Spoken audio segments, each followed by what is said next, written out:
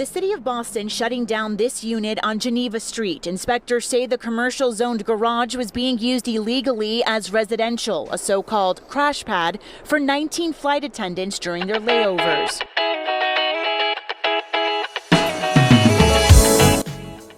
So there you have it. This is how some of us actually live.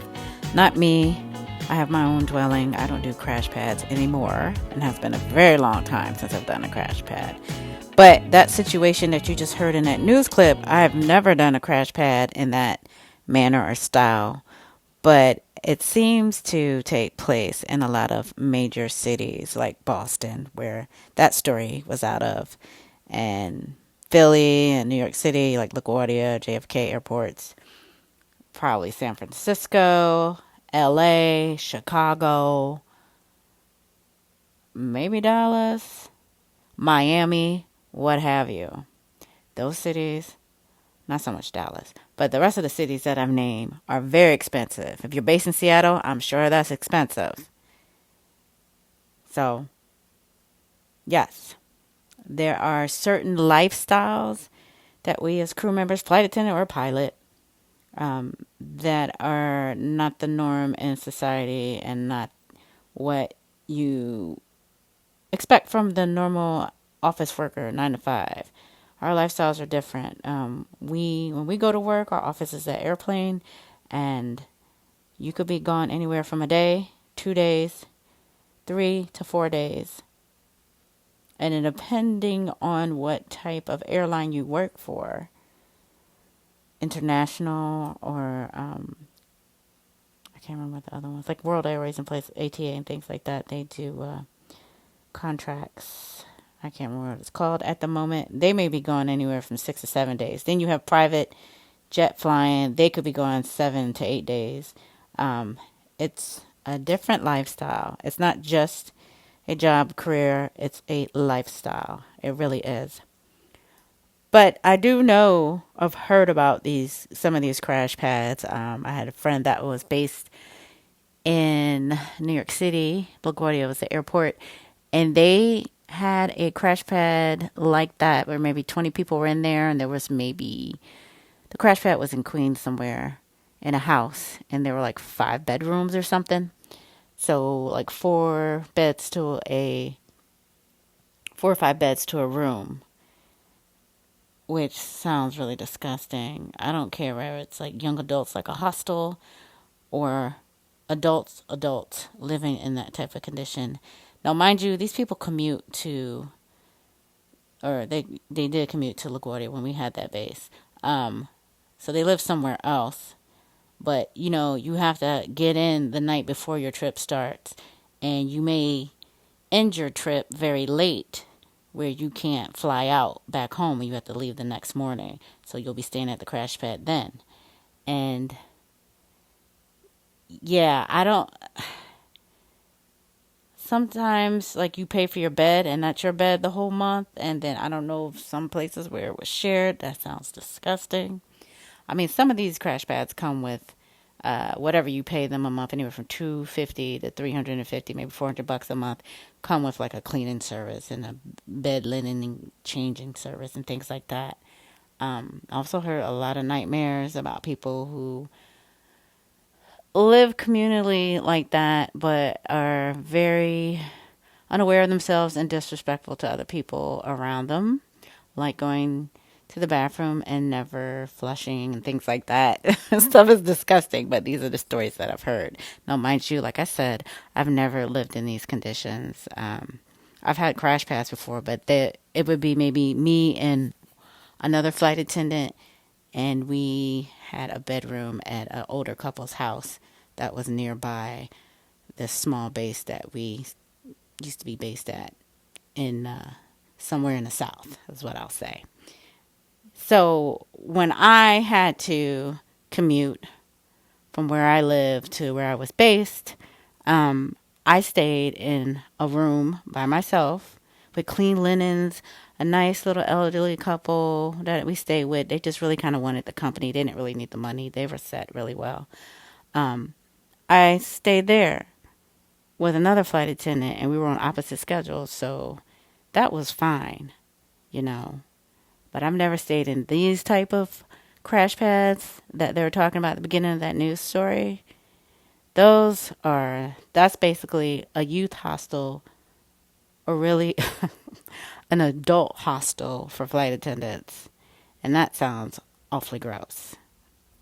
I'm not the one. But yes, I've heard stories where, like the one in New York, where you had to sign up for the shower.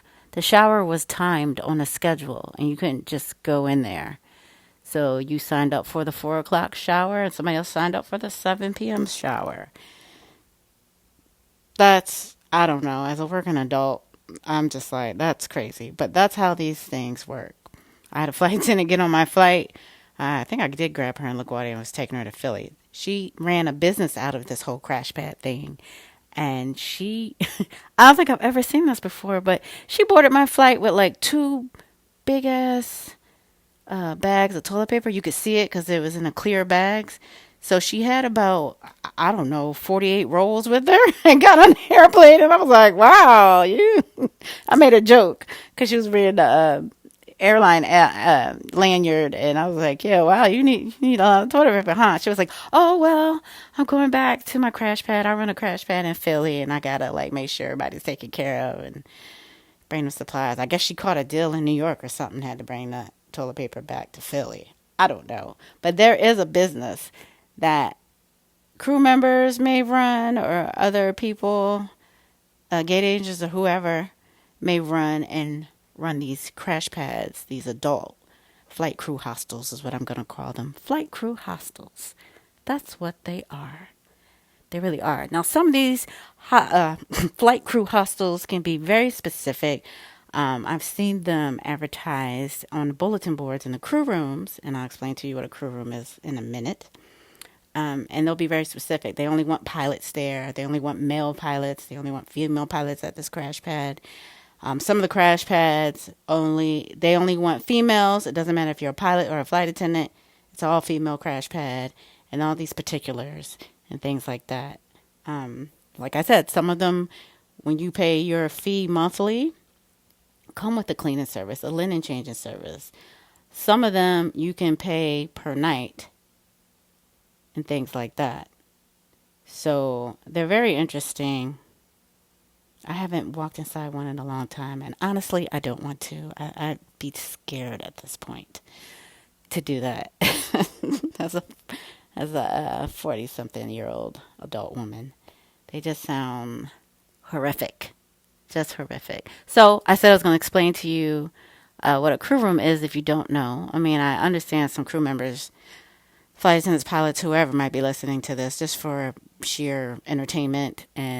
But there's a lot of people that are passengers, or they don't fly at all. They may take Amtrak or whatever, but they're interested, or they find aviation or flight crews interesting. So I'm going to give you some of the lingo.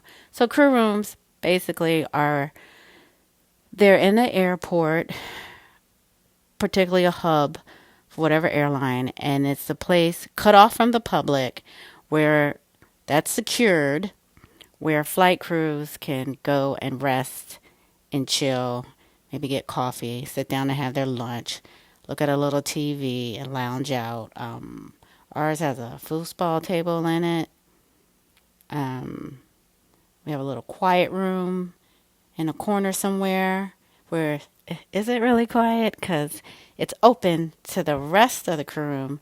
And I've been over there standing by the quiet area and heard supervisors with big ass mouths, their big ass mouth their voice just echoes into that quiet corner. But yes, it's a quiet corner. You're supposed to sit over there, chill. It's kind of dark, and just shut up and be quiet. Some people take naps over there. I don't know if they are really supposed to, but hey. There's also a room for the flight attendants that are on reserve, or specific reserve called RAS. You have to be ready.